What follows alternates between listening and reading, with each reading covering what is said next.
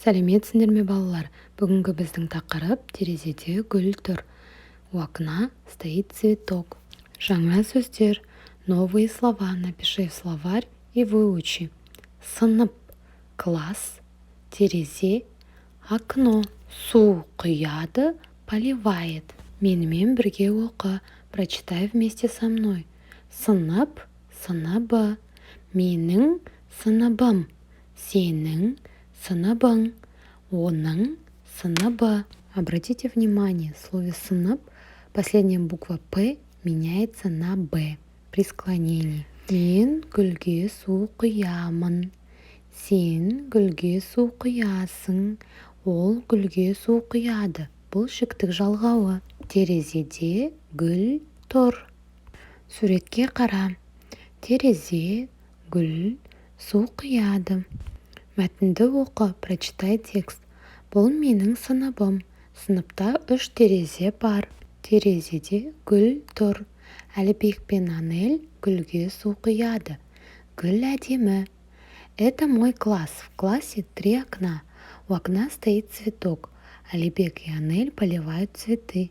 Цветы красивые. Бірінші тапсырма. Мәтінді оқы, суреттерді мәтіннің мазмұны бойынша орналастыр. Прочитай текст и расставь картинки по смыслу текста. Бұл сынып. Сыныпта 3 терезе бар. Терезеде 5 гүл тұр. Мына гүл әдемі. Гүл қызыл, жапырақ жасыл. Мен гүлге су құямын. Это класс. В классе 3 окна. У окна стоят 5 цветов. Этот цветок красивый. Цветок красный. Листья зеленые. Я поливаю цветы. Екінші тапсырма. Суреттің орнына қажетті сөздерді қойып сөйлемді толықтырып жаз. Вставь вместо картинок слова. Бұл үлкен терезе. Терезеде әдемі қызыл гүл тұр. Анна гүлге су құйды. Үшінші тапсырма. Сұраққа жауап бер.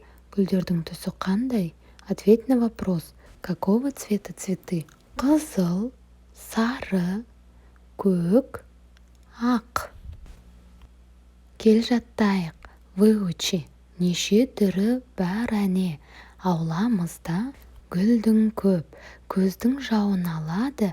Аппақ сары күлгін көк. Бақыт Исаева. Есте сақта, запомни. Бұл менің сыныбым. Терезеде гүл тұр. Саша гүлге су құяды. На этом мы закончили урок. Подпишись на канал, чтобы не пропустить следующий урок. Спасибо за внимание. Осымен біздің сабағымыз аяқталды. Келесі сабақта кездескенше сау бол.